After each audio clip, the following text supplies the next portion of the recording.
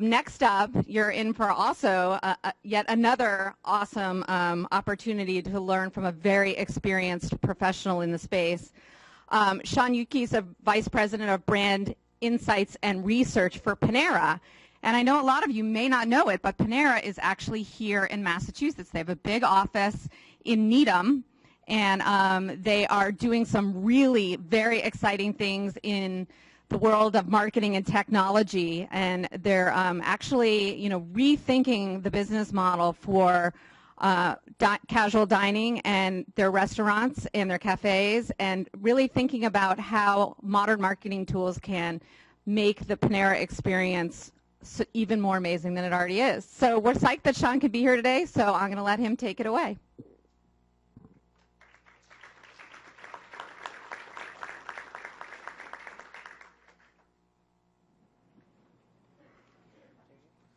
Thank you. Good morning. After that first introduction, I realized there's a lot of smart people in the room, and I'm not going to claim to be an expert by any means, but I will say that I've been doing data and analytics for, since the mid-'90s. So I started doing marketing mix and with a company called MMA about 18 years ago. So I understand the space, although I haven't wrote books or any of that. I've worked in consumer packaged goods, in footwear, worked at New Balance in Boston, and I've also worked in pharmaceuticals. So I have a bit of experience across the realm on data analytics. And today I'm going to talk to you, obviously, as Panera. And for those of you that don't know, Panera is about a $3 billion company, 1,800 bakery cafes. We've been around for quite a while. In St. Louis, it's known as St. Louis Bread Company, or if you're from St. Louis, it's Bread Co., which I didn't know that in the beginning until you go there, and it becomes apparent very quickly. And a guy by the name of Ron Shake founded Panera, and work with him all the time. And the gentleman earlier talked a lot about an organization and the need for the organization to be accepting of analytics. And I would say that Panera is a very curious company. And because of that, it gives me, my job is easy at times and very hard at times because of the curiosity that exists within that organization.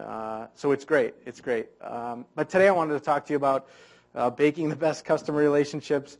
And it says guideline for using data and analytics to drive successful customer relationships. But what I wanted to talk about today is really the fact that data and analytics don't directly drive, successful customer relationships. It's the company that drives engagement.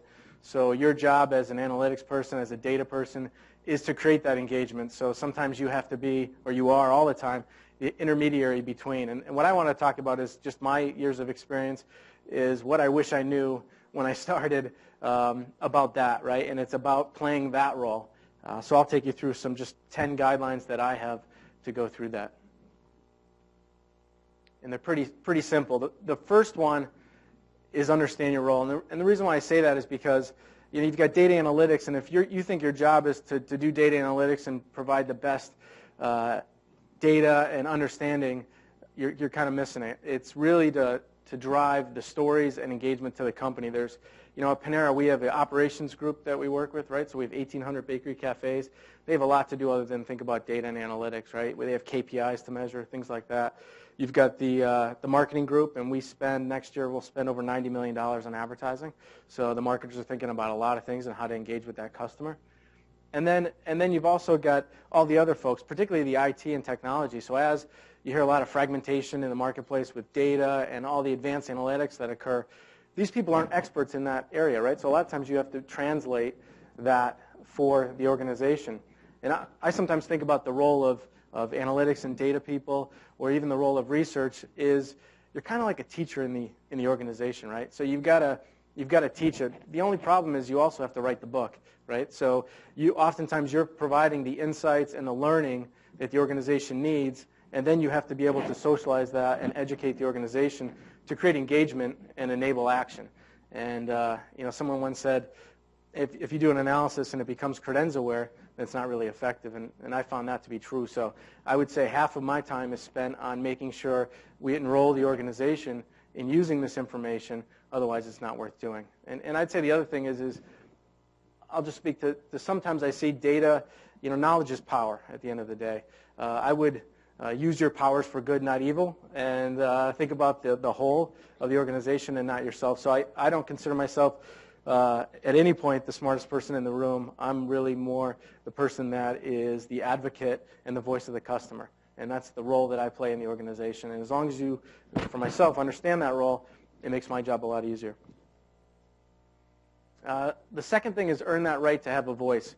I did consulting for a while as well, and you go into certain companies, and you guys have been in other companies than the companies you're in, right? And you've seen companies that do really well and companies that aren't doing well, or you get in about 2 weeks, you realize, wow, this was a mistake. I shouldn't have come here, or this is a great place.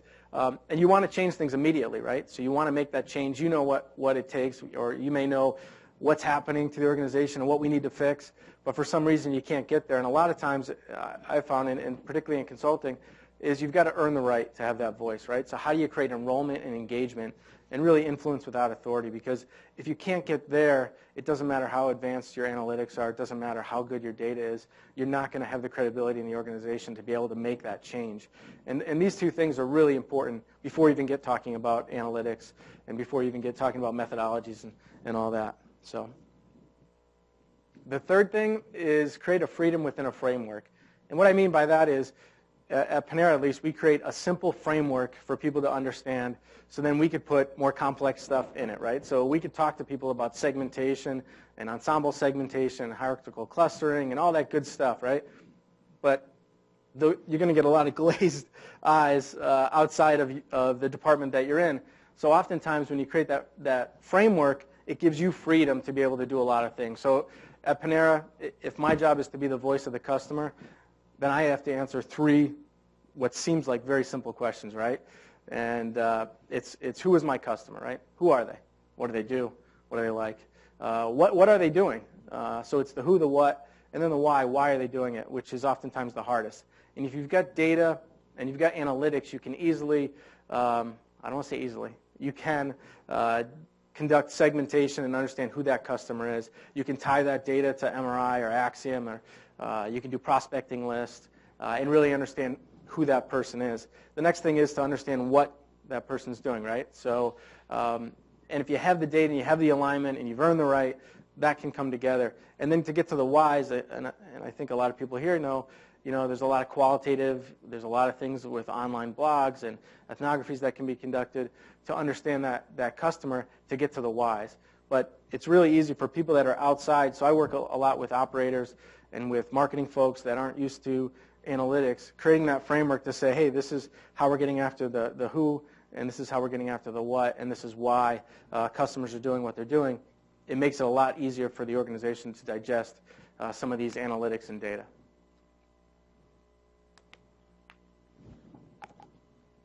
It's so quiet in here.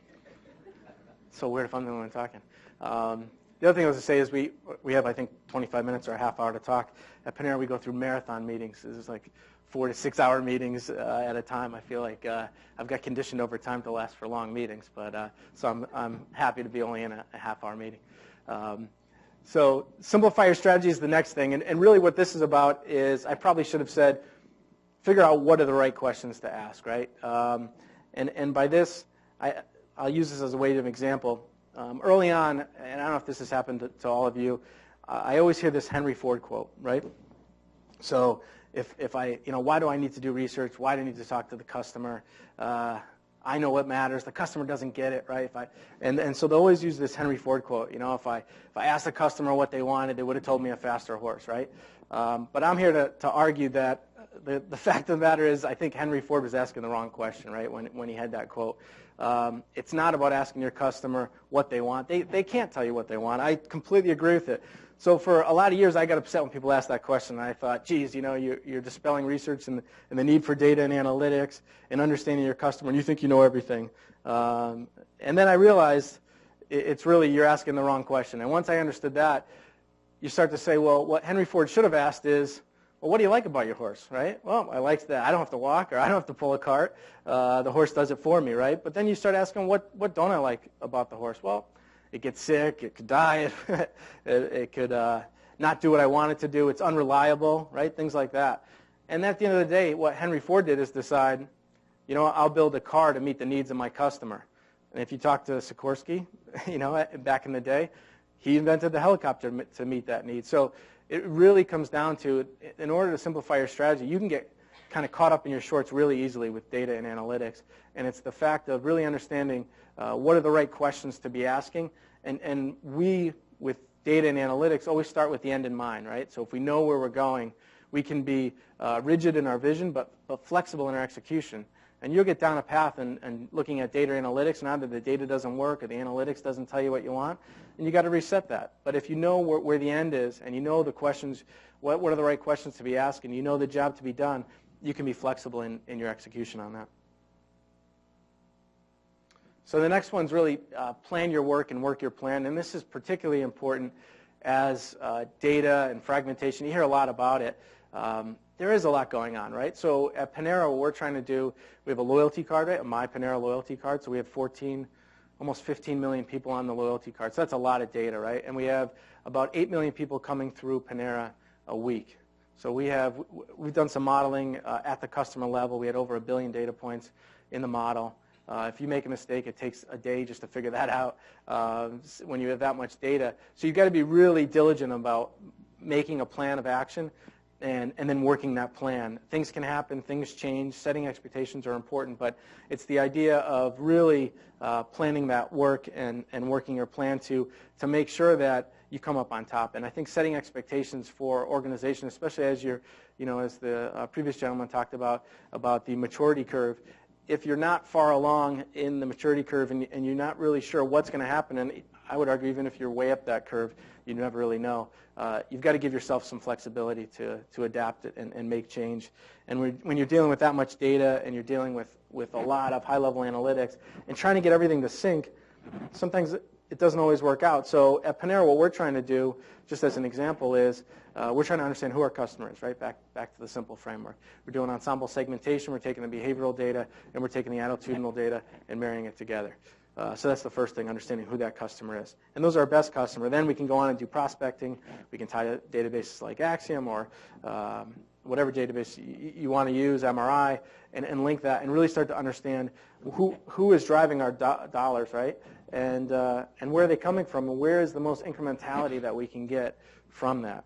And also I would argue, or at least say, that in Panera, our business metrics are simple too, right? So I'm talking to you as what I do with the customer, but our business metrics are simple, right? It's how do I get more people in the door, right? How do I get the existing customer to leave more behind? How do I get that existing customer to come more often? And at the end of the day, we have to figure out how do we provide the best experience we can provide for that customer. And if you do those three things, you win, right? And if you've ever heard Ron speak, our CEO, he talks about the idea of being long-term greedy. And it's about getting the things done right, being, like I said, really stringent on your vision, but being flexible in your execution so you can win the long ball, not worry about today. And if you're worrying about today, you're probably in trouble. The next thing, it's just probably one of the most important things that I've learned along the way, is tell the story. So when I first started doing research, and I'd say maybe 5 or 10 years into it, I always wondered why. The things I got excited about were these crazy models and analytics and all these new data sources, and I could do all this, or I thought you could do all this cool stuff.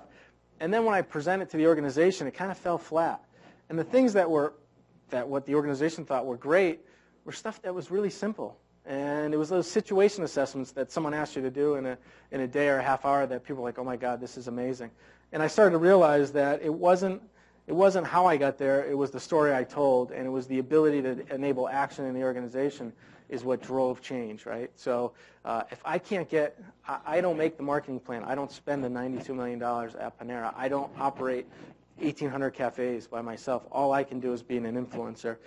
But I have a lot of information to share, right, and a lot of knowledge to transfer to people, and the only way I can do that is by telling a compelling story.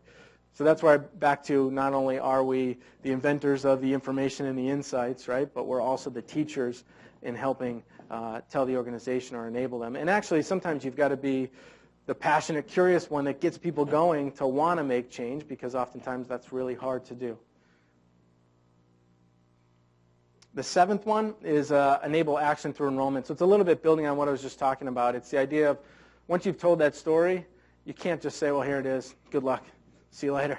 It'd be nice, but what happens is, for us, when we get some big studies done, or even little studies, it's about how do we enroll the organization. So I have to tell you, half my time is spent, we have meetings, and this is embarrassing, but we have meetings called COW, right? It's called Circle of Warmth. It's all about driving warmth for our customer, but we do it in our organization, so I go to what we call COW meetings and present to the leadership in the organization and insights. But it sounds silly because it's a weird name, believe me, but it's the idea of enabling action through enrollment. It's my time to talk to the leadership in the organization to let them know what the customer's thinking, what they want, what they're upset about, right? And it's great because we can create that dialogue and create a plan of action. We also have a meeting once a month with our CEO, just the marketing group, and I'm in marketing, by the way, so I know every organization is a little bit different. My group sits within the marketing group. I report to the chief marketing officer, so if I come with a marketing bias, that's why. So we meet with our CEO, Ron, every month, which is next Wednesday. I know those dates really well. And we go through what's working, what's not. And really, at the end of the day, after I can't get through 5 slides, and then we just go into a dialogue. But at the end of every meeting, it's what are the 3 things I should take away and do? And what you start to learn is you have to have insights that are action-oriented. If they're informative, at least for me, if they're informative, I'm going to get hammered. So how do you really drive actionable insights? And when you get an insight and you say, well, that's interesting learning, I hope someone else can use it, I probably wouldn't pass that along, particularly as you get into more senior discussions, because it's not what they're interested in. The next one is really for yourself and your teams, right? It's the idea of looking for opportunities to learn. If you're myopically focused on that segmentation that you're working on, or the marketing mix, or whatever kind of attribution modeling, prospecting modeling, hazard models, whatever you're working on, it's the idea for looking for those additional opportunities to learn, because this whole thing is a journey. And for Panera, it's been what we call internally a 30-year discussion. So nothing happens this year that's not going to play out over the multiple years. So if we as an organization feel like everything we do is kind of in part of that 30-year discussion, then you kind of got to be looking for what's next on the horizon, not only with the marketing group and with the business group, but with yourselves, and understanding how can I enable change with marketing, with ops, and understanding what their problems are. So we've done a lot of things over the last year to kind of rethink what do we show, right? One example is the operator. We show them a lot of customer service metrics, right? CSAT. And we did this, spent the last 6 months looking into that. We've talked to a lot of organizations. We talked to a lot of vendors to understand what's best in class, just to learn. And what we learned was promoter score. If you're in the airline industry, it's used really well. If not, it's a tough metric, and I'm sure we can have a good debate on that.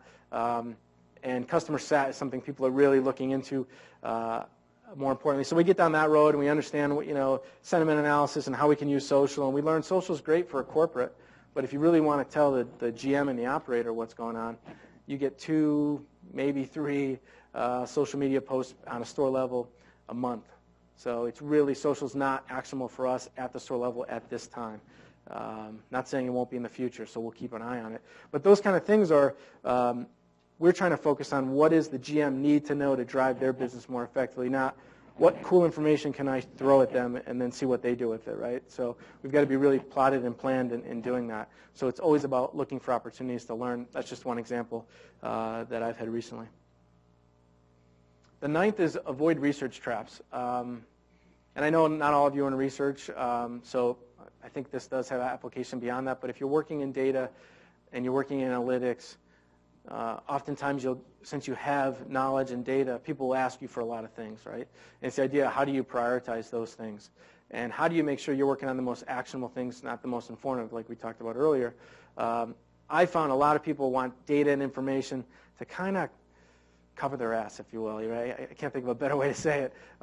You got to avoid those traps, and you've got to work on what really matters and what's really actionable for your organization, and I would step off the things that aren't so actionable. So the idea, if you have that simple strategy, if you understand your role, if you've earned the right it gets easier to avoid those traps. You put yourself in a position to succeed as opposed to putting yourself in a position to kind of be the taker of all these, I'm going to get this number so I can make a presentation, so I can look good, so I can launch this product. Right? You kind of don't want to get into that.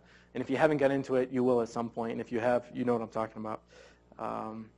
And then the 10th thing and last thing for me is people are the thing, right? It's not, like I said, I think you've learned by now I'm not the smartest person in the room here, but what I do understand is the value of people and the value that intelligence brings to an organization. And for me, I look for people that have a really strong skill set, that are passionate and most importantly curious, and that have the aptitude to want to learn and grow and change, right? And that want to geek out on the analytics, but also want to be able to tell that compelling story and to make a change in the organization. And if we do that, at the end of the day, we're kind of data-driven storytellers in the organization driving change, then it kind of works out for us. So that's what I wanted to talk about today, and I guess I'll open up for any questions.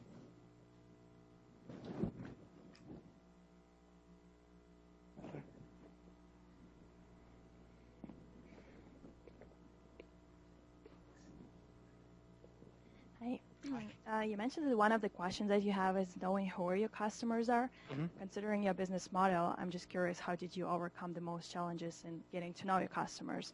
Because I go to Panera Bread almost every day for my lunch, mm-hmm. but if I pay cash and I don't have a card and I don't pay credit card, are you going to know who I am? And I think that's a challenge for a lot of companies with that similar business model. Yep. Well, luckily not everybody's like you and pays cash. Let me just start by saying that, but I will say about 47% of our transactions are on the My Panera card, right? So almost half of our transactions. We assume it's probably about 30% of our customer base. Of the 53% that aren't, almost half are credit cards. So that leaves 25% of the customers that are not cash payers. But luckily, there's people like you that pay cash that are on my Panera card, and I can understand their behavior, and through lookalike modeling, I can kind of get to you, right? But I can't get to you and who you are.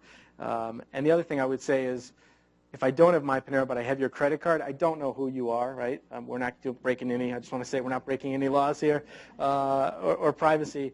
But what we do look at is the hash credit card data, right, or the encrypted data credit card. And all we use that for is to say, let's look longitudinally to see, are you a customer that's been here before? Has that credit card showed up at Panera before? And if it has, we can start putting you into we look at frequency bands, right? So we look at our customers, heavy, medium, and light, right? We look at 1 to 2, 3 to 5, 6 to 12, and 13 plus times in a quarter.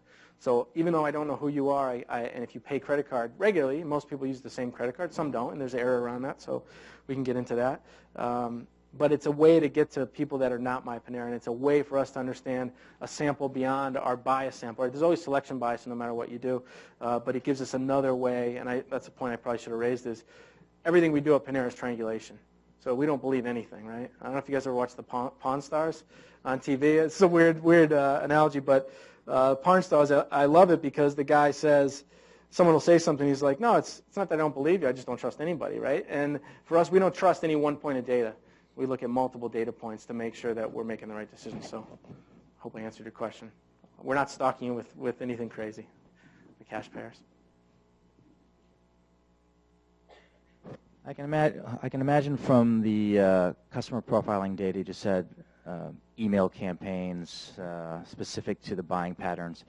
But what about in-store changes you've made as a result of your analytics? Can you point to anything you've done around merchandising at specific stores or menu changes or at point of sale things relative to that customer? Sure. We do we do surveys with our customers, and if you're My Panera and you've got a survey, then you know what we're doing, some of it. But we've done survey work and customer work, and we've done online blogs. So we've leveraged that My Panera to understand our innovation process and help with what are the right products we should be coming out with. We've enabled or leveraged that My Panera to do that. I would say from a customer standpoint, a lot of it is messaging, positioning, and innovation. We do other things internally to understand our operational flow. We do use social as an example and My Panera to understand that the biggest problem that we have is people can't find a seat when they go to lunch, right? They can't find a seat, the line's too long. And then we use our operational metrics to understand, is that cashier efficiency? Is that the line speed? Is our order accuracy up? So we kind of use all the data points to piece that together. I would say My Panera specifically, we use customer metrics to help us drive innovation and understanding satisfaction levels of our customer. And then we use ops to measure the order process flow in the back end. Can you talk a little bit more about avoiding those research traps? Are there any strategies or any things that would help sort of avoid getting into just sort of looking at the numbers for the sake of looking at the numbers and sort of covering your ass?